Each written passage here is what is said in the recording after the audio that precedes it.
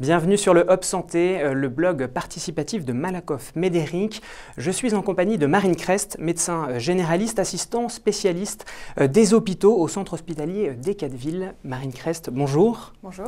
Comment lutter contre la surconsommation des médicaments en France? C'est la question à laquelle nous allons tenter de répondre. Et pour commencer, Marine Crest, eh bien, quels en sont les facteurs justement de cette surconsommation de médicaments? Alors oui, c'est un fait. Les Français consomment et surconsomment des médicaments. Cette consommation, elle vient de plusieurs choses. En premier lieu, bien sûr, les prescriptions des médecins qui prescrivent beaucoup, mais aussi de l'automédication. Les Français s'automédiquent aussi beaucoup. La population vieillit. Et ce vieillissement entraîne une augmentation des patients polypathologiques qui ont plusieurs pathologies chroniques et du coup ça augmente le nombre de médicaments qui sont prescrits au quotidien. On parle de polyprescription quand un patient a plus de 4 médicaments prescrits et pris par jour. Dans ces prescriptions médicales, donc il y a celles qui sont nécessaires en fait et justifiées, qui découlent des progrès thérapeutiques, des différentes études, etc., qui permettent de traiter les patients. Mais il y a également les prescriptions qui sont liées au confort et aux symptômes des gens qui sont demandeurs. Les sociétés occidentales sont demandeuses de médicaments et à la fois les médicaments qui jouent sur la prévention du vieillissement. Donc on voit que dans toutes ces prescriptions, il y en a qui peuvent être évitées. Et parce qu'en tout cas, elles sont lourdes de conséquences. Est-ce qu'il y a une pression peut-être aussi des firmes pharmaceutiques justement qui poussent à la prescription? Tout à fait. Il y a un impact commercial, en tout cas une pression commerciale sur les médecins qui les pousse à prescrire, oui, tout à fait. Alors, quelles peuvent être les conséquences justement de cette polyprescription sur la santé des patients? Alors les conséquences, elles sont lourdes, elles sont à la fois individuelles, humaines, physiques, psychologiques, avec les notions de dépendance. Plus vous consommez, plus vous êtes à même de consommer. Mais elles sont aussi sociales et économiques. Économiques, quand on a plusieurs médicaments, il y a forcément plus de risques d'interaction entre ces différents traitements. Et donc, à l'origine des effets indésirables graves, le médicament représente 20% de ces effets indésirables et la iatrogénie peut être à elle seule responsable de plus de 130 000 hospitalisations par an, ce qui représente 5 à 10% des entrées dans les hôpitaux des patients. Alors, doit-on aller vers justement de la déprescription? Alors oui, la déprescription, c'est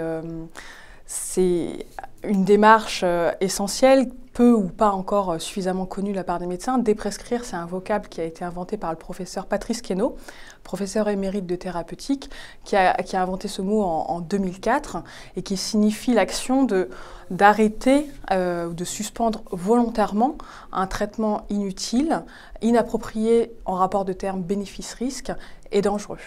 Alors, est-ce que les médecins sont prêts à cela et les patients aussi, parce que on sait souvent bien que dans la mentalité du patient, lorsqu'il va chez le médecin, eh bien, il s'attend justement à avoir une prescription, à ce qu'on lui prescrive des médicaments. Alors, les médecins, ils ont conscience de l'importance de cette déprescription. Ils sont d'accord sur le fait que c'est primordial, que c'est nécessaire. Par contre, ils ne le font pas ou peu dans leur pratique au quotidien. Pourquoi? Parce que c'est une démarche qui est difficile, qui est très complexe et qui est risquée. Risquée pourquoi? Qui justifie aussi peut-être leur savoir-faire et qui justifie la consultation? La déprescription en soi... Non, le fait de prescrire justement. Alors, il y a déprescrire et ne pas prescrire, qui sont deux choses différentes. Déprescrire, ça veut dire donc possiblement perdre sa crédibilité face à son patient. Quand pendant 20 ans vous prescrivez le même médicament et qu'un jour vous dites je vais arrêter de le prescrire, le patient en face il se dit pourquoi, je ne comprends pas pourquoi il change d'un seul coup. Après il y a le patient qui oui est demandeur d'un traitement, encore que il y a un problème de communication, c'est-à-dire que le patient va dire oui peut-être qu'il faut qu'on en enlève un, j'ose pas le demander à mon médecin et donc le médecin en face va dire peut-être qu'il faut que je lui propose et en fait il va pas accepter, donc c'est un problème de communication aussi entre les deux acteurs. Mais oui, c'est quelque chose qui est primordial, qu'il faut absolument mettre en place et qui malheureusement reste difficile à faire pour les médecins parce qu'ils n'ont pas aussi les moyens de le faire. Ça prend beaucoup de temps de déprescrire. Et du côté du patient, vous pensez que les patients sont prêts justement à aller vers moins de prescriptions? Moi, je pense que les patients ils sont prêts à tout à partir du moment où ils sont encadrés dans les bonnes conditions.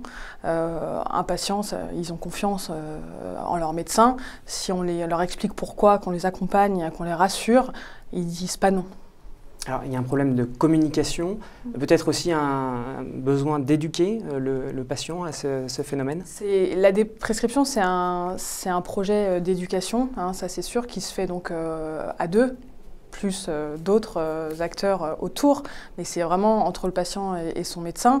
C'est une démarche qui prend du temps, qui se joue sur le long terme. C'est un investissement mutuel et réciproque. Le médecin, il a un rôle à jouer énorme, mais le patient aussi, hein, dans sa prise en charge. C'est sa responsabilité aussi qui est en jeu. On lui demande de s'investir, de comprendre pourquoi il est malade, pourquoi il a ses traitements, de savoir ce qu'il prend. La plupart ne savent pas en fait quels médicaments ils ont et pourquoi ils les ont. Donc oui, c'est un investissement mutuel pour un projet commun.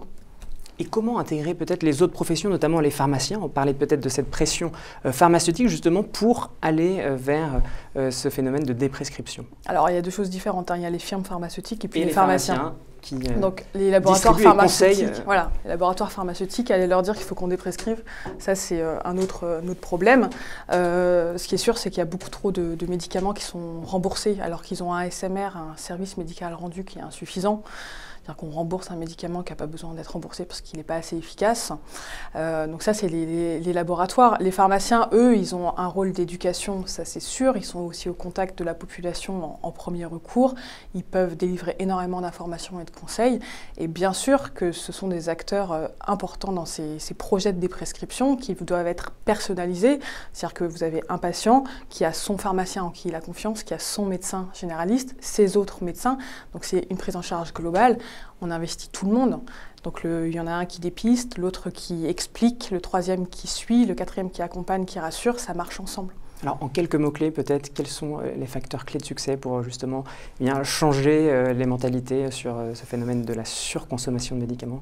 Donc la communication, la prévention, parce que vaut mieux prévenir que guérir, hein. Donc avant de prescrire, de déprescrire, il faut savoir bien prescrire.